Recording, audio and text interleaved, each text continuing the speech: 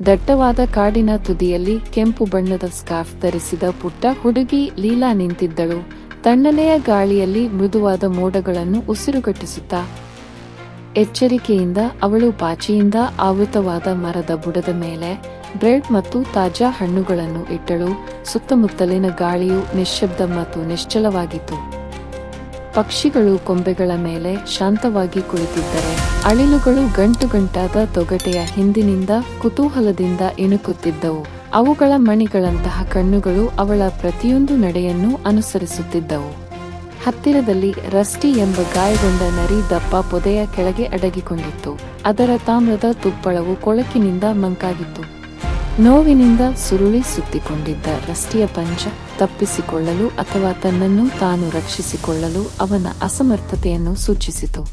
ಮೃದುವಾದ ಹಿಮದ ಹರಳುಗಳು ಬೀಳಲು ಪ್ರಾರಂಭಿಸಿದಾಗ ಅಗಲವಾದ ಭಯಭೀತ ಕಣ್ಣುಗಳು ಹೊರಗೆ ಇಣುಕಿ ನೋಡಿದವು.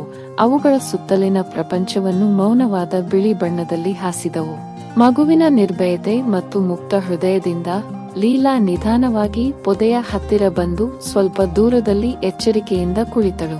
ತನ್ನ ಪುಟ್ಟ ಕೈಯನ್ನು ಚಾಚಿ ಹಣ್ಣುಗಳು ಮತ್ತು ಬ್ರೆಡ್ನ ತುಂಡನ್ನು ನೀಡಿತು. ಅವಳ ಉಪಸ್ಥಿತಿಯು ಬೆದರಿಕೆಯಿಲ್ಲದ ಮತ್ತು ಸೌಮ್ಯವಾಗಿತ್ತು. ರಸ್ಟಿ ಅವಳ ಪ್ರತಿಯೊಂದು ನಡೆಯನ್ನು ಗಮನಿಸುತ್ತಿದ್ದಳು. ಅವನ ಪ್ರವೃತ್ತಿ ಅವನನ್ನು ಎಚ್ಚರದಿಂದ ಇರುವಂತೆ ಒತ್ತಾಯಿಸುತ್ತಿತ್ತು. ಸಮಯ ಕಳೆದು ಹೋಯಿತು ಮತ್ತು ಲೀಲಾ ತನ್ನ ಶಾಂತ ಒಡನಾಟದಲ್ಲಿ ಎಂದಿಗೂ ಎಡವಲಿಲ್ಲ. ಕೊನೆಗೆ ಅವಳು ಸ್ವಲ್ಪ ಹತ್ತಿರ ಹೋಗಿ ರಸ್ಟಿಯ ಗಾಯಗೊಂಡ ಪಂಜವನ್ನು ಸೂಕ್ಷ್ಮವಾದ ಬಟ್ಟೆಯ ಬ್ಯಾಂಡೇಜ್ನಿಂದ ಸುತ್ತಿದಳು. ನರಿ ತನ್ನ ಸೌಮ್ಯ ಕೈಗಳು ಅವನನ್ನು ಮೊದಲ ಬಾರಿಗೆ ಸ್ಪರ್ಶಿಸಲು ಅವಕಾಶ ಮಾಡಿಕೊಟ್ಟಿತು. ಇದು ನಂಬಿಕೆಯ ಕ್ಷಣವನ್ನು ತೋರಿಸಿತು.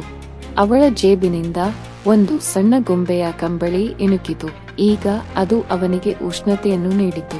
ಹೊಸದಾಗಿ ಕಂಡುಕೊಂಡ ಬಂಧವು ಸ್ಥಾಪನೆಯಾಗುತ್ತಿದ್ದಂತೆ ಲೀಲಾ ಮತ್ತು ರಸ್ಟಿ ಹಿಮದಲ್ಲಿ ಆಟವಾಡಲು ಪ್ರಾರಂಭಿಸಿದರು. ಲೀಲಾ ನಗುವಿನ ಗುಡ್ಡೆಗಳೊಂದಿಗೆ ಓಡಿದಳು. ಅವಳ ಕೆಂಪು ಸ್ಕಾರ್ಫ್ ಅವಳ ಹಿಂದೆ ಹರಿಯಿತು. ಆದರೆ ರಸ್ಟಿ ಇನ್ನು ಮುಂದೆ ಅಡ್ಡಿಯಾಗದೆ ಹಿಮದ ಹರಕುಗಳನ್ನು ಹಾರಿಸಿದ ನಂತರ ಸಂತೋಷದಿಂದ ಹಾರಿದಳು. ಅವರ ಹೆಜ್ಜೆ ಗುರುತುಗಳು ಹಿಮಭರಿತ ನೆಲವನ್ನು ತುಂಬಿ ಒಗ್ಗಟ್ಟಿನ ವಸ್ತ್ರವನ್ನು ಹೆಣೆದವು. ಆದರೂ ಋತುಗಳು ತಿರುಗಿದಂತೆ ಲೀಲಾ ಒಂದು ಕಟುವಾದ ಎಲೆಗಳಿಲ್ಲದ ಮರದ ಕೆಳಗೆ ಒಂಟಿಯಾಗಿ ನಿಂತಿರುವುದನ್ನು ಕಂಡುಕೊಂಡಳು. ಹಿಮದ ಹರಳುಗಳು ಅವಳ ಕೂದಲಿನ ಮೇಲೆ ಮೃದುವಾಗಿ ಇಳಿಯುತ್ತಿದ್ದವು. ಅವಳ ನೋಟವು ಕಾಡಿನ ಆಳವನ್ನು ಶೋಧಿಸಿತು. ತುಕ್ಕು ಹಿಡಿದಿದ್ದ ಮರವಿತ್ತು.